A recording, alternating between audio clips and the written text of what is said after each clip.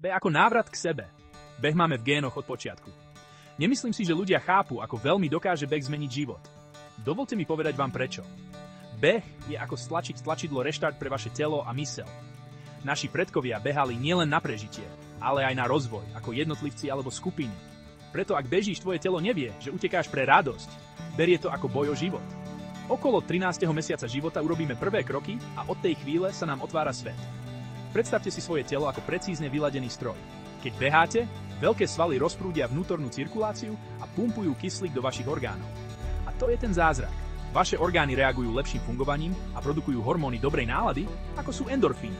Je to ako naolejovanie ozubených kolies v továrni. Bez dostatočného pohybu tie ozubené kolesá začnú hrdzavieť a starnúť. A tam nastáva chyba, ktorú robíme v posledných rokoch. Všetky milióny rokov evolúcie zabíjame v nás.